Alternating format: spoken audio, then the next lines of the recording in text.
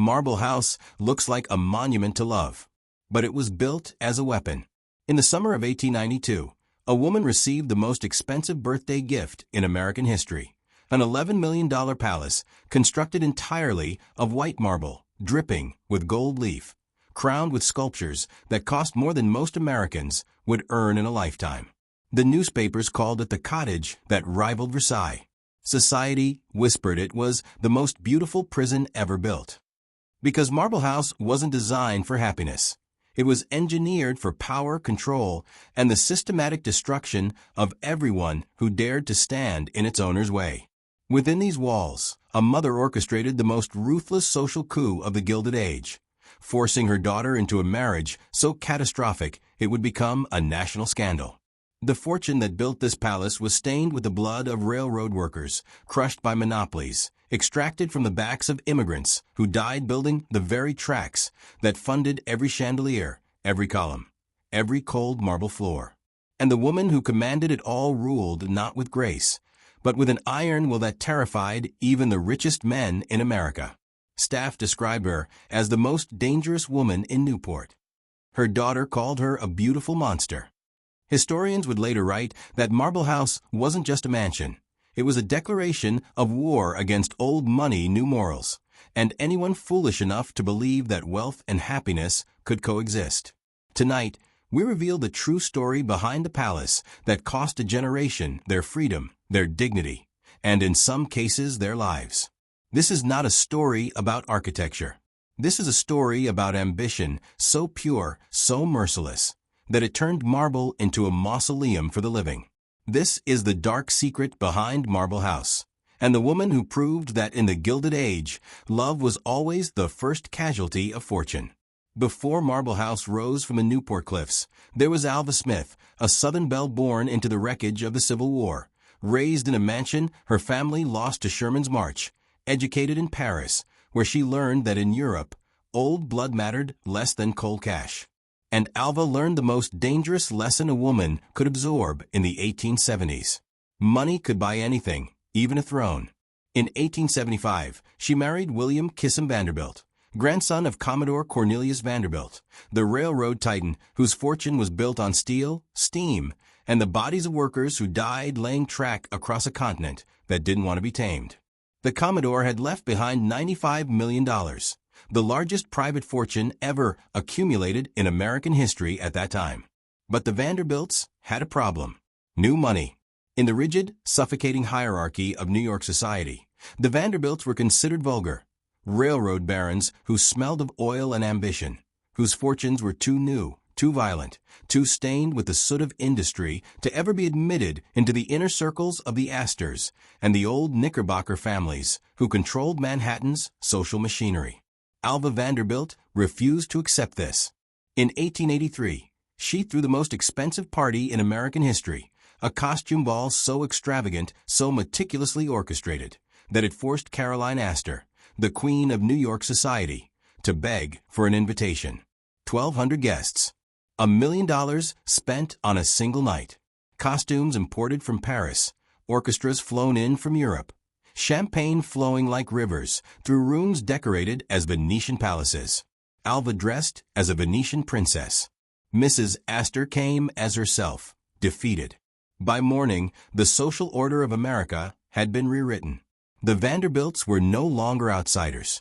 They were the new aristocracy. And Alva had proven what no American woman had ever proven before. With enough money and enough ruthlessness, you could storm heaven itself. But New York wasn't enough. Newport, Rhode Island, the summer refuge of the richest families in America, became Alva's next battlefield. Here, along the cliffs where the Atlantic smashed against ancient rock, the elite built their cottages, 40-room palaces designed to prove that American wealth could rival European royalty. The Breakers, Rosecliff, Ochre Court, mansions designed by the greatest architects, filled with treasures looted from European estates, staffed by armies of servants who existed only to maintain the illusion of effortless perfection. But Alva wanted more than a cottage. She wanted a monument. In 1888, she hired Richard Morris Hunt, the first American trained at the École des Beaux-Arts in Paris, and gave him an impossible mandate. Build me a palace that makes every other mansion in Newport look like a servant's cottage. The budget was unlimited. The deadline was brutal. And the message was clear. Marble House would not be a home. It would be a throne room, a stage for the most ambitious social campaign the Gilded Age had ever seen. But what Alva didn't tell Hunt, didn't tell her husband, didn't tell anyone who watched the marble columns rise from the cliffs, was that this palace wasn't being built for parties. It was being built as a cage. And the prisoner was her own daughter, a 17-year-old girl named Consuelo, whose fate had already been sealed the moment the first stone was laid. The construction of Marble House didn't begin in Newport. It began in the mountains of Italy, where crews carved 500,000 cubic feet of white marble from ancient quarries, the same stone that had built Roman temples 2,000 years before. Each block was numbered, catalogued, wrapped in canvas, loaded onto ships that crossed the Atlantic carrying what amounted to an entire palace in pieces. Richard Morris Hunt had designed something America had never seen, a perfect replica of the Petit Trianon at Versailles, scaled for American ambition, engineered to survive the brutal New England winters that had already cracked lesser mansions. The math was staggering. $11 million in 1892. That's over $400 million in today's currency, for a house that would be occupied fewer than 60 days per year. 200 Italian craftsmen were imported specifically for this project. Men who'd spent their lives carving stone for European cathedrals and palaces, now bending their skills to serve a woman who'd never seen a queen but intended to become one. The exterior alone required 50 different types of marble. The columns in the entrance hall were carved from solid yellow sienna marble, each one weighing over 7 tons, hoisted into place by machines that had to be custom-built for the job. The dining room walls were covered in pink Numidian marble quarried from North Africa, stone so rare that Hunt's team had to bribe Algerian officials to secure enough for a single room. And the gold room, Alva's masterpiece, was covered floor to ceiling in 22-karat gold leaf, applied in sheets so thin that a single breath could destroy a day's work. 7,000 pieces of gold leaf, applied by hand, over 14 months. The room cost more than most Americans would earn in 10 lifetimes. But the true genius and the true horror of Marble House wasn't in its materials. It was in its design. Hunt had built the palace with a very specific purpose: to overwhelm, to intimidate, to make every visitor understand immediately that they were entering a space where normal rules did not apply. The ceiling soared 25 feet high. The windows were positioned to frame the Atlantic like living paintings. The furniture was imported from European estates. Chairs that had seated French kings, tables where Austrian archdukes had signed treaties, mirrors that had reflected the faces of people whose bloodlines stretched back to Charlemagne. Every room was a museum. Every object had a pedigree longer than most American families. Alva visited the site daily. Workers reported that she knew every measurement, every material, every cost down to the penny. She fired contractors for delays measured in hours. She rejected marble shipments because the veining wasn't perfect. One craftsman later recalled, "She looked at that palace the way a general looks at a battlefield, not as something beautiful, but as something that would win her a war." And she was right. On her 39th birthday, July 17, 1892, William Kissam Vanderbilt presented his wife with the keys to Marble House. The newspapers called it the most magnificent gift ever bestowed by an American husband. Society columnists wrote breathlessly about the temple Mrs. Vanderbilt has built to her own exquisite taste. Architects declared it the finest example of Beaux-Arts design in the Western Hemisphere. But not one article mentioned what Alva had whispered to her closest confidant the night before the house opened. "It's finished. Now I can begin the real work." Because Marble House was never about impressing society. It was never about outdoing the Astors or the Belmonts or the Morgans.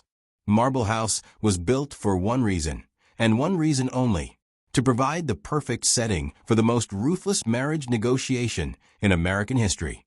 And the victim, the offering Alva intended to sacrifice on the altar of her ambition, was already living inside the palace. trapped, terrified, and utterly powerless to stop what was coming. Consuelo Vanderbilt was 18 years old when her mother informed her that she would marry the 9th Duke of Marlborough. She was not asked. She was not consulted. She was told. And when Consuelo dared to protest, when she whispered that she was already in love with someone else, a young American named Winthrop Rutherford, Alva's response was swift and absolute. You will marry the Duke, or I will die of a broken heart. And it will be your fault. This wasn't hyperbole. Alva took to her bed, summoned doctors, declared herself gravely ill, and made sure Consuelo watched as physicians whispered in hushed tones about her mother's fragile condition. It was theater. Brutal, calculated theater. And it worked.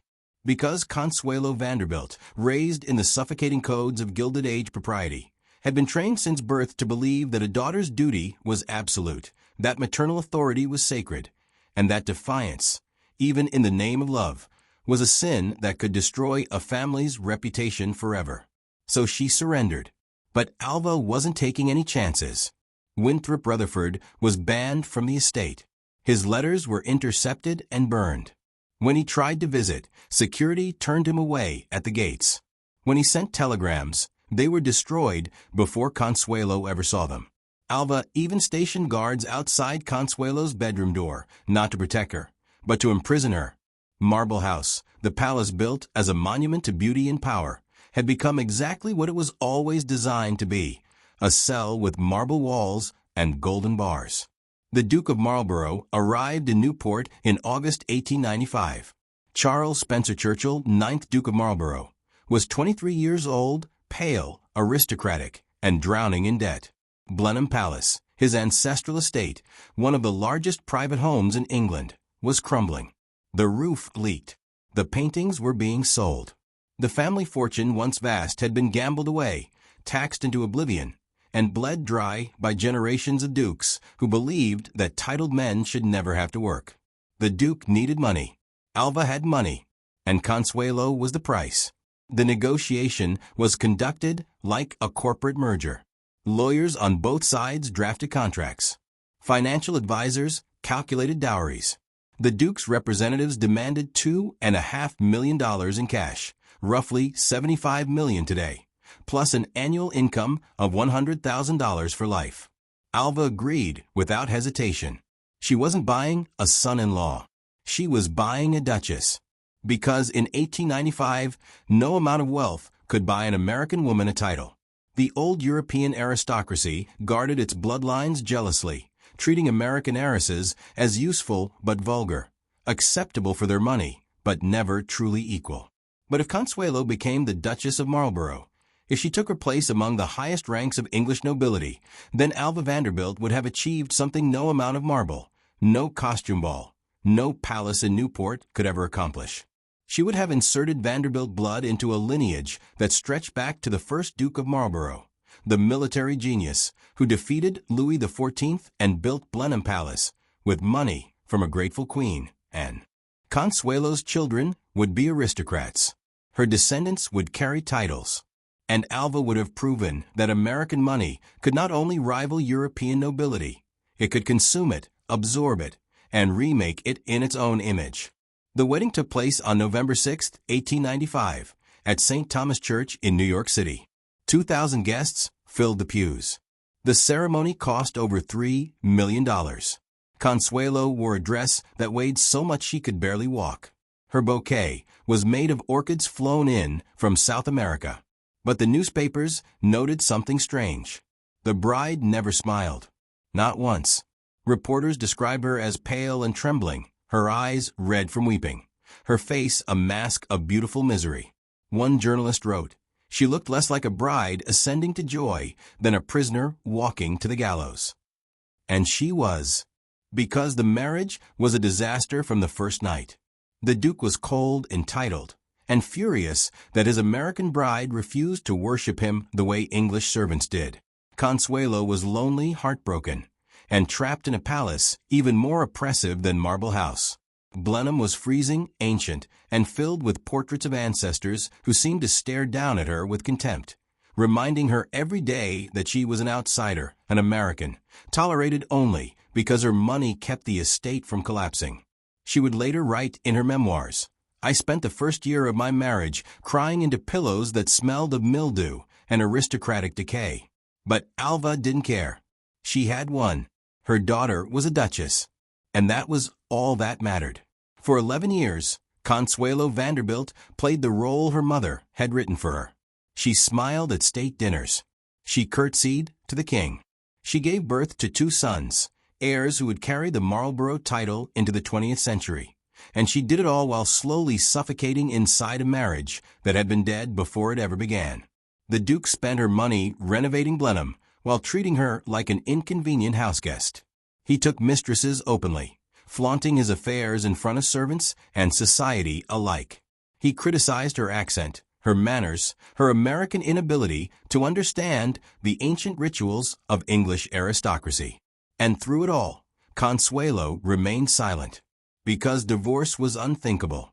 In the world Alva had forced her into, a divorced duchess was worse than no duchess at all. It would be scandal, humiliation, social annihilation, not just for Consuelo, but for the entire Vanderbilt dynasty. But in 1906, something inside Consuelo finally broke. She filed for separation. Not quietly, not discreetly, publicly. The news detonated across 2 continents. British newspapers screamed about the American heiress who dared to abandon a duke. American tabloids published breathless accounts of aristocratic cruelty and loveless arrangements. The scandal was so severe that King Edward VII himself intervened, trying to negotiate a reconciliation to avoid embarrassing the British peerage. But Consuelo refused. For the first time in her life, she said no. And Alva, the woman who had orchestrated the entire nightmare, did something that shocked even her closest allies. She supported the divorce, not out of maternal guilt, not out of remorse, but because Alva Vanderbilt herself was in the middle of her own scandal, and she needed her daughter's rebellion to distract from her own. In 1895, the same year Consuelo married the Duke, Alva had divorced William Kissam Vanderbilt in a spectacular public implosion. The press called it the divorce of the century. She accused him of serial adultery. He didn't deny it. She took Marble House as part of the settlement and immediately began using it as the headquarters for her next obsession, the women's suffrage movement. The woman who had spent decades clawing her way into the aristocracy now declared herself a revolutionary. Marble House, the palace built to dazzle royalty and intimidate society, was transformed into a political war room. Suffragettes held rallies on the lawn. Activists planned protests in the Gold Room. Alva commissioned a Chinese tea house on the grounds specifically for suffrage meetings, complete with murals depicting women breaking their chains. The irony was almost unbearable. Alva Vanderbilt, who had imprisoned her own daughter in a forced marriage, now declared herself a champion of women's freedom. She gave speeches about female autonomy while refusing to acknowledge that she had stolen her daughter's autonomy entirely. She funded campaigns for women's rights while never apologizing for the fact that she had sold her own daughter like livestock to the highest bidder. But the public didn't care about the contradiction.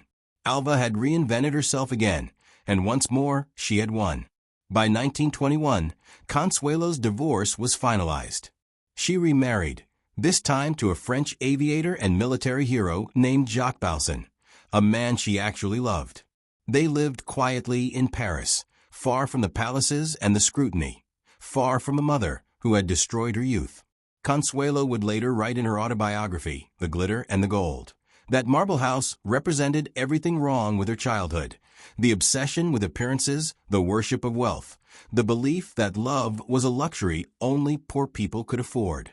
She described her mother as a woman who confused ambition with affection, who believed that controlling others was the same as caring for them. And she admitted in the final pages that she had never forgiven her, not for the forced marriage, not for the lies, not for turning Marble House, a palace that should have been filled with joy, into a monument to maternal cruelty. Meanwhile, Alva lived in Marble House until 1932, throwing suffrage rallies and entertaining politicians, activists, and reformers in the very rooms where she had once plotted her daughter's destruction. She never expressed regret. She never apologized. And when she died in 1933, her obituaries celebrated her as a pioneering feminist and social reformer. Not one mentioned Consuelo's tears. Not one acknowledged the girl who wept through her wedding. Not one asked the question that should have haunted Alva every day of her life. What kind of woman builds a palace to imprison her own daughter, and then calls it love?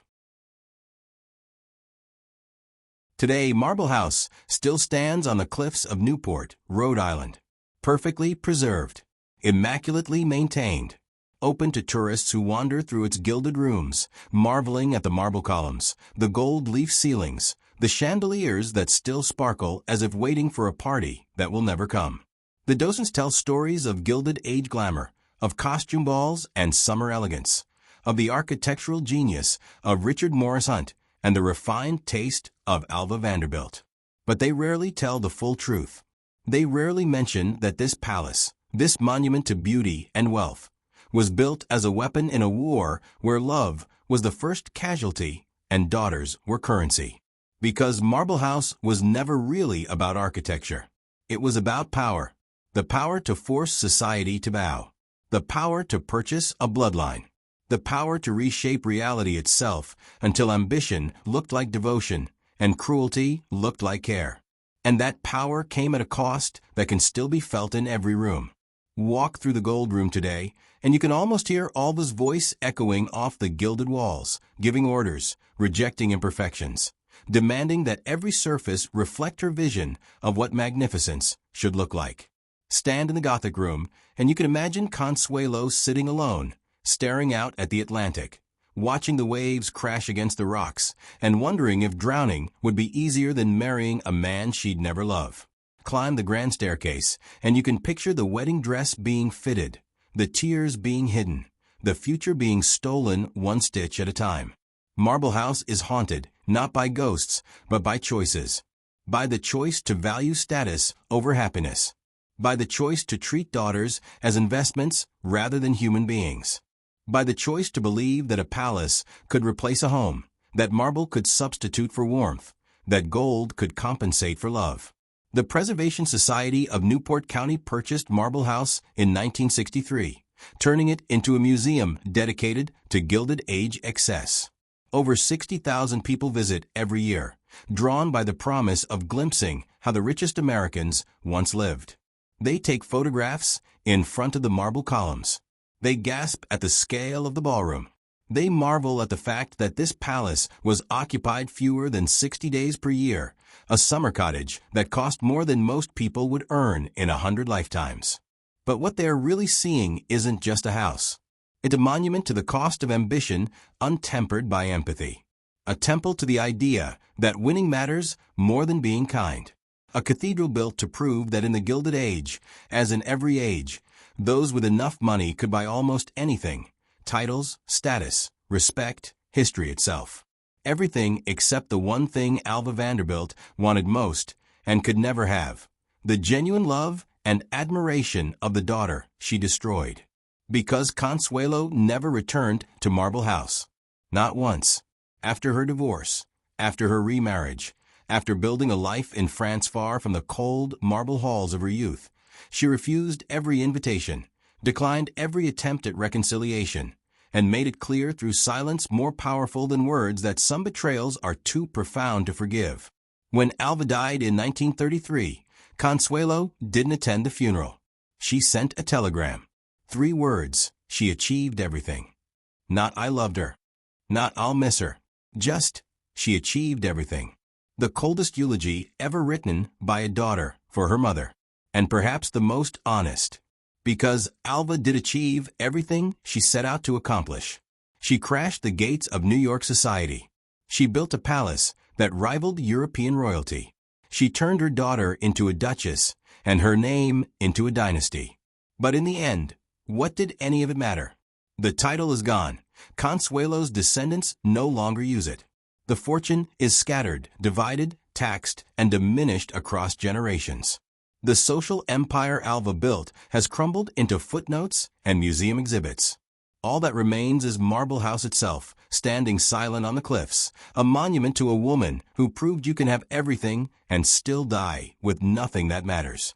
500,000 cubic feet of Italian marble, 7,000 sheets of gold leaf, 50 different types of stone quarried from 4 continents, $11 million spent in pursuit of immortality. And in the end, what Marble House really memorializes isn't all this triumph. It's her tragedy. The tragedy of a woman who understood the price of everything and the value of nothing, who could build a palace but couldn't build a relationship, who could conquer society but couldn't conquer her own desperate need to control. Marble House still stands today, beautiful, cold, and eternally empty. A palace without warmth, a monument without meaning, a legacy built on marble and maintained by money, but ultimately worth less than a single genuine moment of love between a mother and the daughter she betrayed. Alva Vanderbilt wanted to be remembered forever, and she is, just not the way she hoped.